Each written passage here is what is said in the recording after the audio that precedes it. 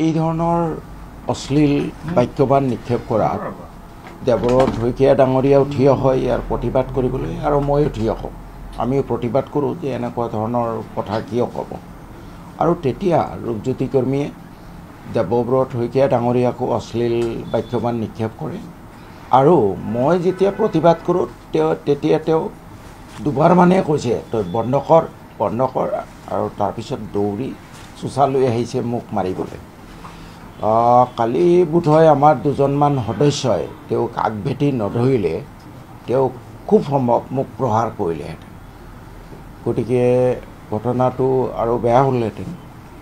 এনেকুৱা এটা ঘটনা, আৰু আমি আচৰিত হৈছোঁ যে আমি বিৰোধী সদস্যবোৰে, বিশেষকৈ অখিল গগৈ ডাঙৰীয়া, মুখ মেলিলেই তেওঁক ছাছপেনশ্যন, আমিও বহুবাৰ মাহত 14 বাৰকৈ ছাছপেণ্ড হৈছোঁ। কিন্তু ৰূপজ্যোতি কৰ্মী ডাঙৰীয়াৰ এনেকুৱা অভব্য আচৰণ দেখিও উপাধ্যক্ষ ডাঙৰীয়া তেওঁক নিলম্বনো নকৰিলে। তেওঁক অকল নিলম্বন কৰাই নহয়, আচলতে তেওঁ অহা এটা বছৰৰ কাৰণে 26 চন নিৰ্বাচনৰ আগলৈ যাতে বিধানসভাত উপস্থিত থাকিব নোৱাৰে তেনেকুৱা ব্যৱস্থা ল'ব লাগিছিলে। নহ'লে আমাৰ এই বিধানসভাৰ গৰিমা আৰু ভৱিষ্যতে আৰু নষ্ট হোৱাৰ, ম্লান হোৱাৰ সম্ভাৱনা আছে। ৰূপজ্যোতি কৰ্মীয়ে যেতিয়া এজন সদস্যক মাৰিবলৈ খেদি আহি সাধাৰণ ক্ষমা খুজি তেওঁ ৰেহাই পাব পাৰে, তেতিয়া অন্য সদস্যও উৎসাহিত হ'ব যে প্ৰয়োজনত এজনক 2 গোচা মাৰি দিওঁ।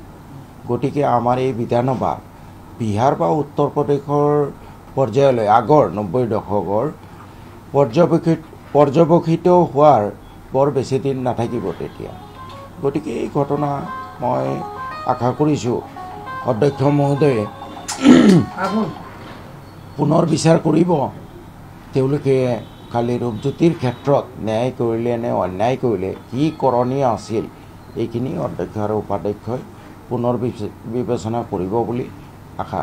আৰু বিধানসভাক কোৱা হয় গণতন্ত্ৰৰ মন্দিৰ, তাতেই যদি মই নিৰাপত্তাহীনতাত ভুগোঁ, 3.5 লাখ মানুহৰ প্ৰতিনিধি, অসমৰ ৰাইজে ক'ত নিৰাপত্তা পাব?